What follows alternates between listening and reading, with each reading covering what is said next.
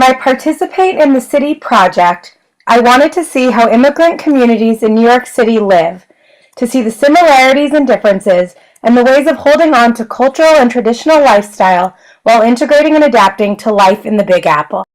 I chose 6 communities in 4 boroughs. In Manhattan, I went to Chinatown, Koreatown, and Washington Heights, where there is a large Dominican community.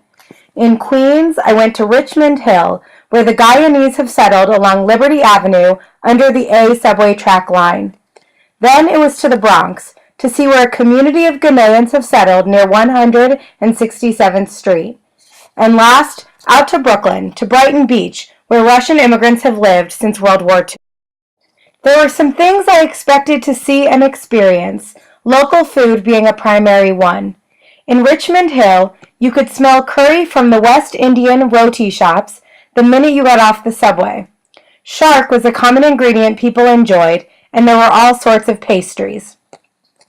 The markets were full of beautiful fresh produce, and the aisles were full of West Indian ingredients, particularly lots of spicy sauces.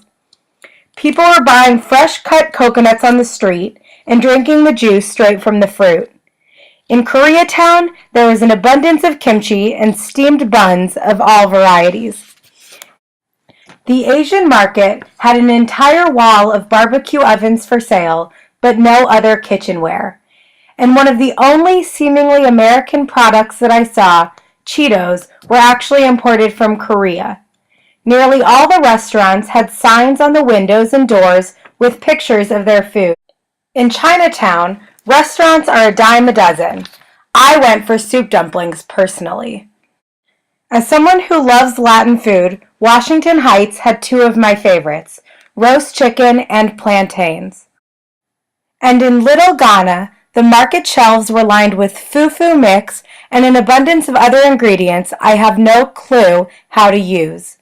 In Brighton Beach, pastries are sold on the street, and specialty shops sell all sorts of prepared Russian food. Mayonnaise and beets abound. I also anticipated seeing and hearing foreign language and cultural signs. Certainly, Chinatown and Koreatown have traditional characters on street signs and stores, though this is as much for tourists as Koreans and Chinese. Koreatown, the heart of which is really only 1 city block off Herald Square, had several karaoke bars, again probably for tourists. In Brighton Beach, almost everything was written in Cyrillic characters, and more interestingly, it was the only place where I had trouble communicating in English.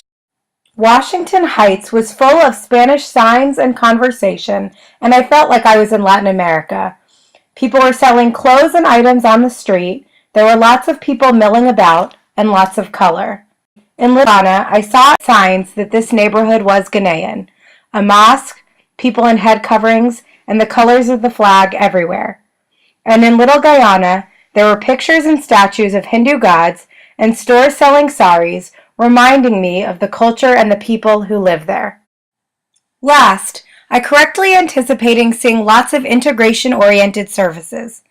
From driving lessons to job placement offices to apartments for rent, immigration lawyers, Western unions to send money home, phone plans, and more, each community offered much in this regard.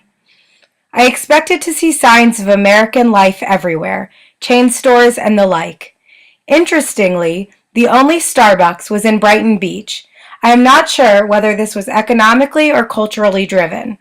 But there were plenty of other chains, from McDonald's and Popeye's Chicken to Payless Shoes. More interesting are the differences, unexpected themes, and funny things that happened while I was out visiting communities.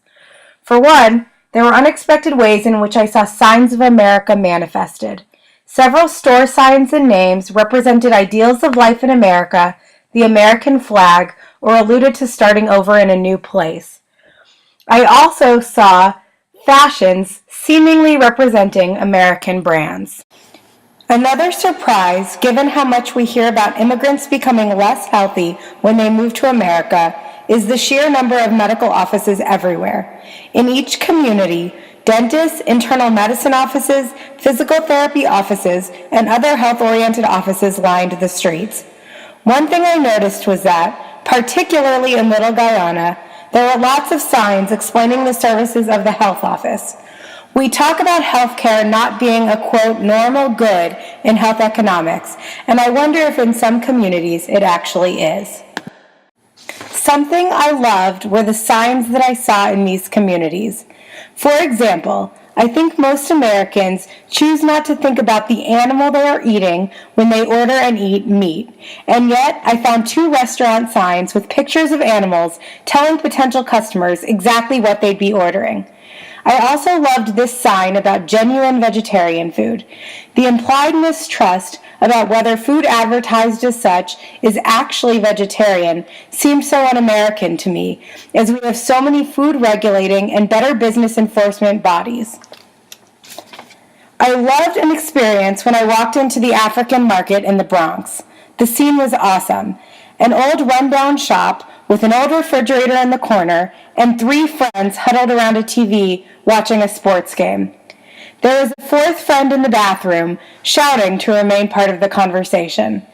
After I walked around the store for a minute or so, one of the men came over, who I presume was the owner, shook my hand, introduced himself, and asked me where I was from. He didn't try to sell me anything, just wanted to know what I was doing there and if I had been to Africa. It was such a happy reminder of why I love spending time in other countries. And to see all the older Russians sitting on the Brighton Beach boardwalk on a beautiful day was awesome. The old men played games in the park, and the new generation played on the basketball court and in the park. This definitely indicated a changing Brighton Beach as new ethnic groups begin to enter. If you find the time, head out to Brighton Beach and Richmond Hill. You will see places that may struggle to maintain their identities, but that, for now, give you a chance to feel like you have left the country for the day